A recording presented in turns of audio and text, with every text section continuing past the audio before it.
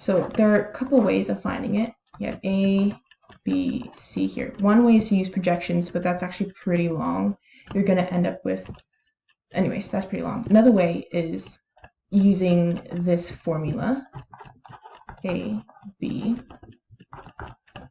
and B, C, magnitude of A, B times B, C, times sine theta, of course, 1/2 of this triangle, equals to 1. And this is because, let's see, sine theta equals to, let's say this is our height, equals to, and if this is theta, opposite over hypotenuse, h over AB magnitude of.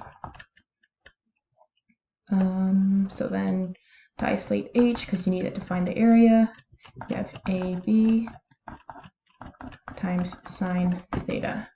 Plug that into your equation. Your base is the magnitude of BC, so 1/2 base